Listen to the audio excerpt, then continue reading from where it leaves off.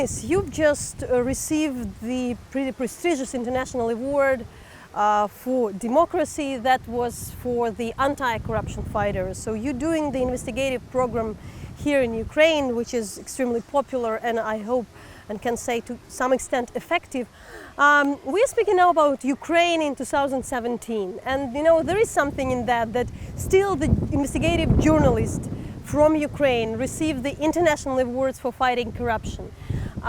So what are probably the key cases, the most important things in a way how corruption is done today? We have only one thing that they actually have a possibility to steal. It's always people's money. I mean, if you talk about some budget, if you talk about some rules in the country, there is just nothing else. So I'm not sure that for now, tactically, we have some difference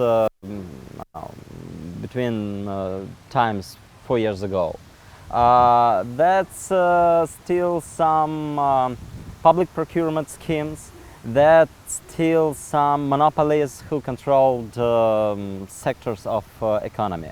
The difference is that for now we have something that I can call corruption competition.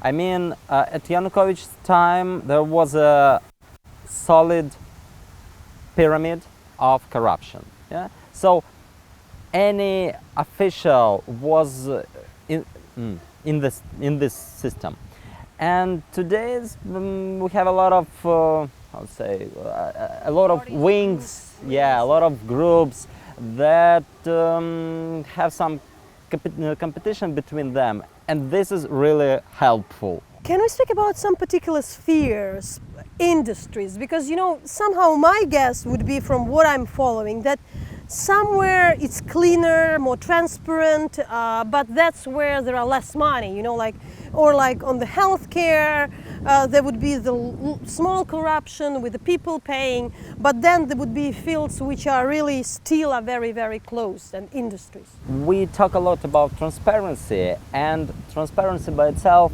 it's not about corruption. Yeah, I mean, for now we have a lot of some transparent sectors, and we think that I don't know, corruption in this sector gone even bigger than in previous times.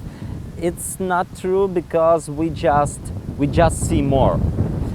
Transparency can't work without some judicial system, yeah? And that's a problem for all of us, because for now we see a lot and still can do not so much. If we talk about industries, I don't know, it's for now I think it's the same. It's heavy industry, it's bank sector, it's maybe all that have any touch to state monopolies, and it's Ukrainian railways as it is.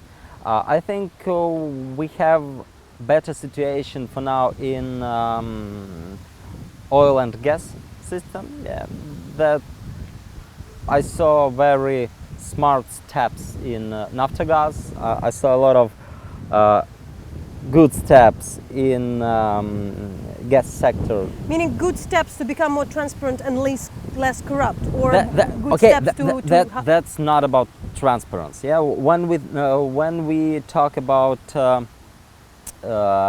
to say about oil sector and about gas sector, that's more about just smart management decision. They don't increase transparency level.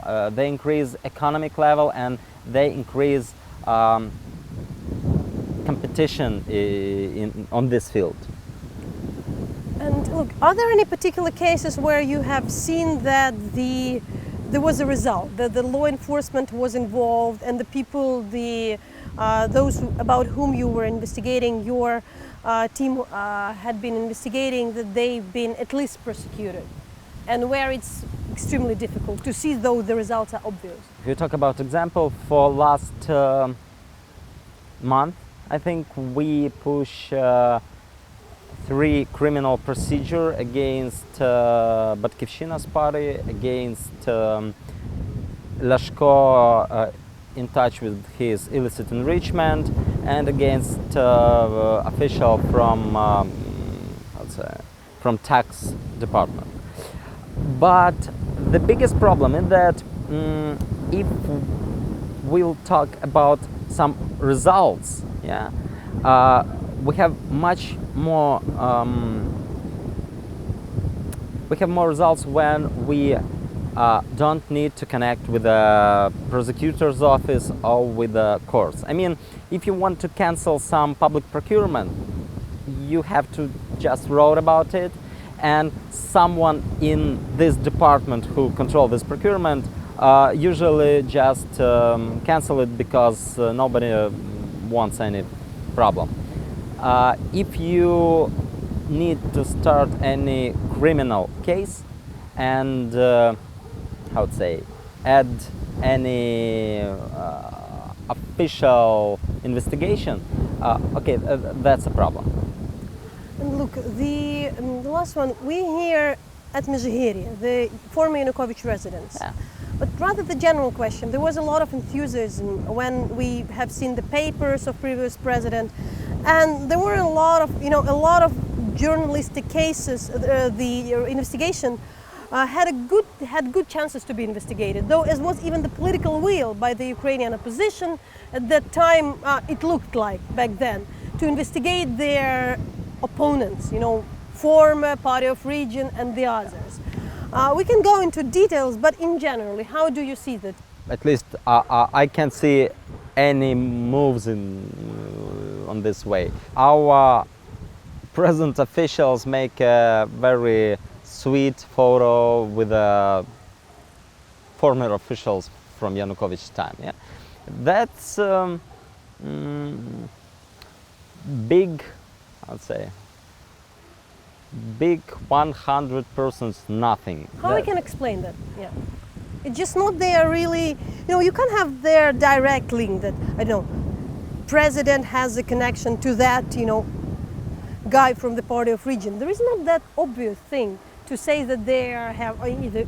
I'm speaking about a top official, that they have a common business or something, and they are still political opponents. But why not?